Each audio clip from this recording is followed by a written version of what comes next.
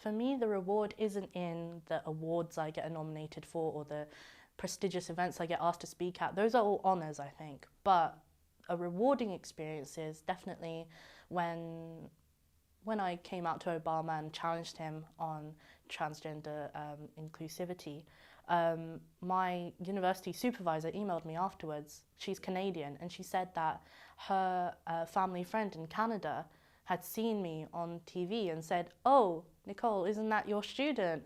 And Nicole turned and said, "Yes, it is." And they had a massive family conversation that hadn't really been had before about, gender, and especially for the child in question who was questioning their gender. That was really empowering for them because they were able to point on the TV and say, well, that person explained what I'm trying to say. See, they did it to a world leader, so maybe I can do it to my own family. And for me, that's rewarding because I want people to feel like they don't have to look at TV to see someone who isn't relatable. They feel like they can draw on that experience themselves.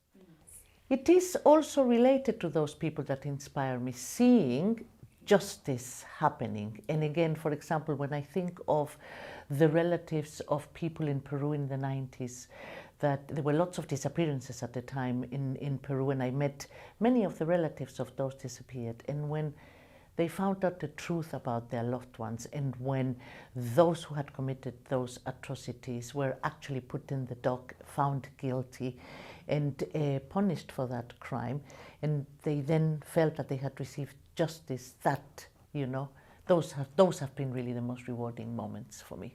I think probably one of the best sort of moments was in Ethiopia, and so we had two, Ethiopian government has been, arresting the entire political opposition, has been arresting civil society, harassing them for almost 10-15 years now, so it's not a new story. But at a point in time when I got involved, we had a situation where several key civil society leaders were arrested, and we had to negotiate their release with the regime there, and I was very involved, heavily involved with that process. And in the end, they did release some key activists, and as it turns out, the two people who I was directly involved in, it wasn't just me. There were many forces at work, so I don't want to take singular credit for this. But the interesting thing is that these two people who were then released through that process today are the heads of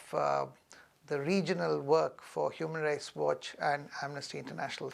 It was really a very difficult process, because you can imagine the families of these individuals and the activists in the country were feeling very down, and I think the release of these people gave a huge amount of inspiration and courage to the rest of the community.